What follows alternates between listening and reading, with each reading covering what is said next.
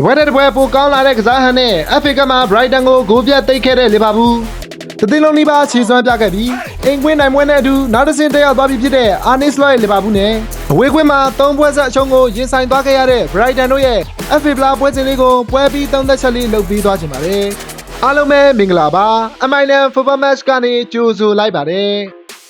ဂျာယန်မှာ Premier League ပွဲစဉ်တွေရှိခဲ့တာကြောင့်လီဗာပူးတို့အနေနဲ့Ikitiki Ryan Gravenberch လို့အဓိကကစားသမားအချို့နားပေးလာခဲ့ပြီးတိုက်စစ်မှာခီးစာကွင်းလယ်နေရာမှာကာတီဂျုံတို့နဲ့အစားထိုးသွားခဲ့ရပါတယ်။ Brighton ဘက်ကလည်းမီတိုမာဝဲဘက်အတွဲကိုအရန်ခုန်ဖို့က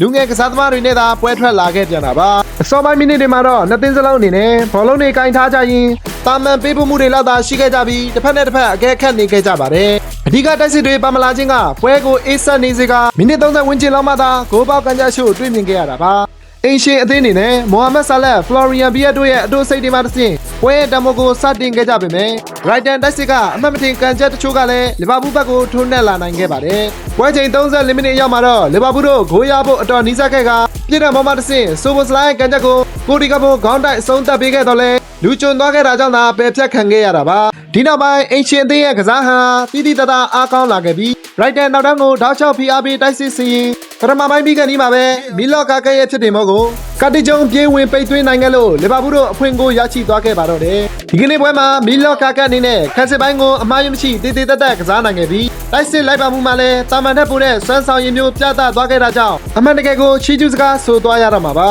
အာနစ်စလော့အသင်းဟာပထမပိုင်းကို1စီနဲ့ဥဆောင်နိုင်သည့်တိုင်အောင်ဒုတိယပိုင်းဆက်စားခြင်းကစားကွက်ပုံမဖော်နိုင်သေးခင်မှာပဲ Brighton ဘက်ကဒရက်ဆက်တိုက်စစ်တွေနဲ့ချိန်လျှောက်လာတာကြောင့်ပွဲကပိုပြီးအကျိတ်နဲ့ရှိလာခဲ့ပါတယ်။ဒါပေမဲ့လီဗာပူးရဲ့နောက်တန်းမှာတော့ကိုနာတီဖန်တိုက်တွဲကိုဖျက်ချော်နိုင်ဖို့ဆိုတာမလွယ်သေးတဲ့အခြေအနေပါ။လီဗာပူးဘက်ကမိုဆာလက်အနေနဲ့ဒီကနေ့ပွဲမှာထူးရှယ်ကောင်းမွန်နေပြီးတဦးချင်းဖျက်ချော်မှုတွေအပြင်အသင်းဘော်ရစီဘောလုံးပေးဖို့ရမှာလဲအရင်ကတည်းကအလုပ်ပိုဖြစ်နေခဲ့တာပါ။စူပါစလိုင်းကန်သွင်းသွားတဲ့ဂိုးမှာဆိုရင်ဘောလုံးကိုအလိုက်တင်ခင်းပေးနိုင်တဲ့စကေးဟာလက်ဖျားခါကြဖြစ်ပြီးတကူတော့အလင်ခောက်တွေကိုလည်းတော်တော်များများလုံနိုင်ခဲ့ပါသေးတယ်။ဆာလက်ရဲ့ယနေ့ရှေ့စွမ်းဟာ Brighton နောက်တန်းကိုအတော်လေးရှုပ်ထွေးစေခဲ့ကတဦးချင်းအမားတွေကိုလည်းကြုံတွေ့စေခဲ့တာပါ။ဒါကြောင့်ပဲလီဗာပူးတို့68မိနစ်မှာပယ်နတီရရှိခဲ့ပြီးဒီအခွင့်အရေးကိုမိုဟာမက်ဆာလက်ကအမှားယွင်းမရှိကန်သွင်းယူခဲ့ကြတာကြောင့်အရှင်အသင်းအတွက်အနိုင်သေးချသွားစေခဲ့ပါတယ်။ဒီပြကြီးအာနစ်စလော့အနေနဲ့လက်ချံပွဲချိန်တွေမှာလူငယ်ကစားသမားတွေကိုနေရာပေးရင်းပွဲရဲ့တမိုကိုထိမ့်ဖို့စ조사သွားခဲ့ပြန်တာပါ။သုံးဂိုးထိခွင့်ပြုလိုက်ရတဲ့ဖာဘီယန်ဟက်စလာရဲ့အသင်းကတော့ကစားပုံလုံးဝပြည့်ရွံ့ခဲ့ရပြီး